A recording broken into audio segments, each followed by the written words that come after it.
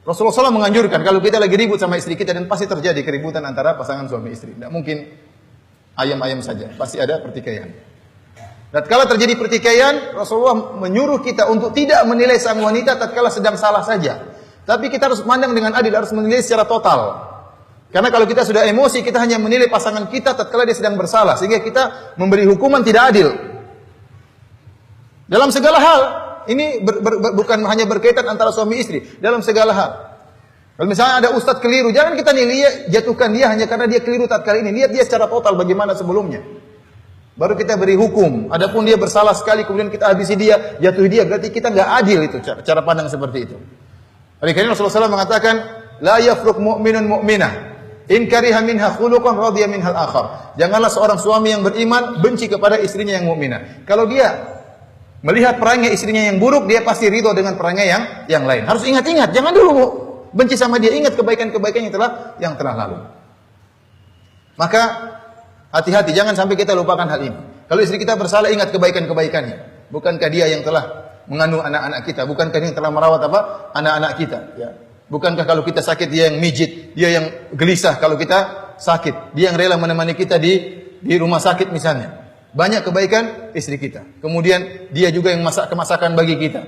Dia yang mencuci pakaian kita. Ya. Dan banyak kebaikan yang buat kita akhirnya mudah memaafkan kesalahan dia tatkala dia bersalah. Seorang suami berusaha mengingat kebaikan-kebaikan yang lampau agar dia tidak membenci istrinya. Sebaliknya pun demikian. Istri juga tatkala suami salah, maka tidak boleh dia hanya mengingat keburukan suaminya tatkala sedang salah. Dia harus mengingat kebaikan-kebaikan suaminya sebelumnya. Suami yang berusaha payah, bekerja keras untuk dia dan anak-anaknya.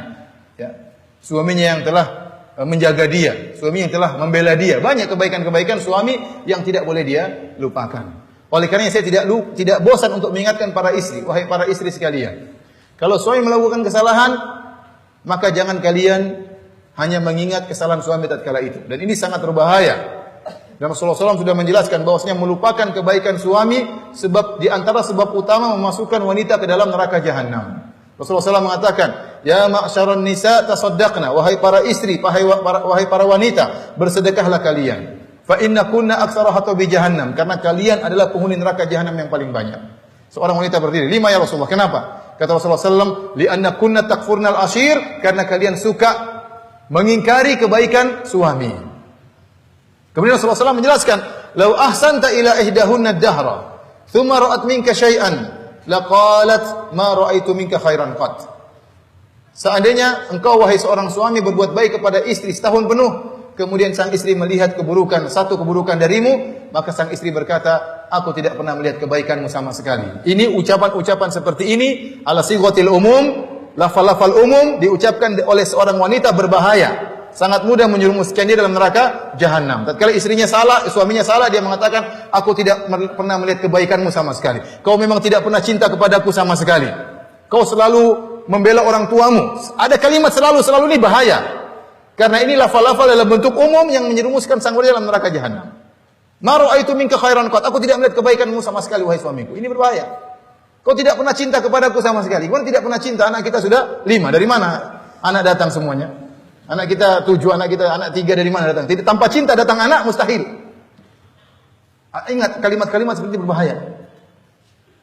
Oleh karenanya seorang wanita tatkala sedang marah kepada suaminya, ya, ingat kebaikan-kebaikan suami, jangan ingat kesalahan-kesalahannya saja. Karena sebagian wanita luar biasa Allah berikan hafalan yang kuat. Begitu suaminya salah, dia bisa ingat, kamu pernah begini, kamu pernah begini, kamu pernah begini. Dia ingat seluruh kesalahan-kesalahan apa? Suaminya, hafalannya kuat. Kalau laki-laki istrinya salah susah. Dia mau bilang kamu pernah salah, dia lupa. Kenapa? Yang dipikir utangnya terus. Adapun ingat kesalahan istrinya susah dia. Jadi para wanita hebat dalam menghafal apa? Kesalahan-kesalahan suami. Oleh karena para hadirin Subhanahu wa taala, hati-hati.